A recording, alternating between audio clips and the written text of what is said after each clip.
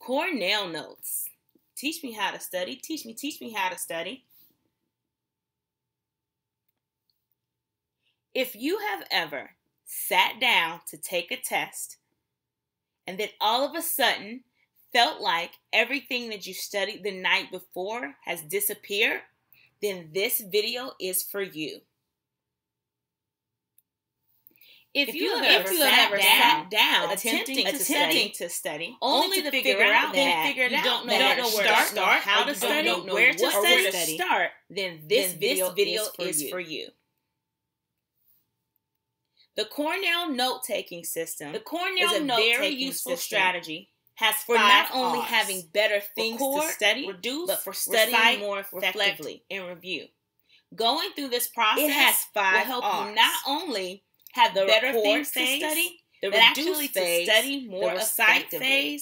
The reflect phase, and the review phase. To begin taking Cornell notes, you need to make sure that your paper has these 3 sections. In order to format your paper and to begin to take Cornell notes, you need to make sure you have 3 sections. The second section is where you will reduce. This is the biggest section. You'll turn your notes this is where you will record your notes. 1 sentence cue. The second section is the cue column. The third section, and this is where you will reflect and summarize what it is that you know, making connections to other contents.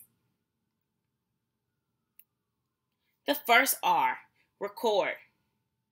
During a lecture or during a reading assignment, record the main ideas in this column. Only make sure to write down the most meaningful facts and ideas. Tip. Here's a tip. T4ing or talking to the text is a great way to decide the most meaningful facts and ideas during a reading assignment. And here's another tip. Use common shorthand symbols for words to save time and space while taking notes.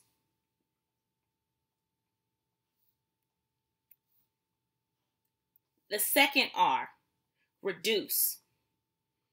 Next, you'll summarize the facts and ideas in the cue column. Be sure to summarize into 1 sentence or 1 word cues. Summarizing clarifies meanings and relationships and reinforces continuity and strengthens your memory.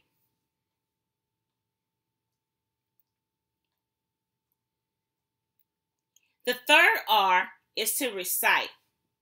Cover the note-taking area and try to say the cues to yourself.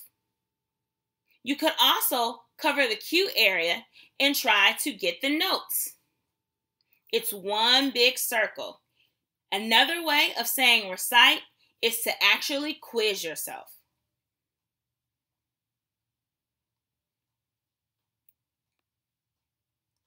The next R is to reflect. In this section, you'll make connections to other courses or your life. This will prevent the ideas from living in isolation and from being forgotten easily. The last R is to review. You should spend at least 10 minutes a day reviewing your notes.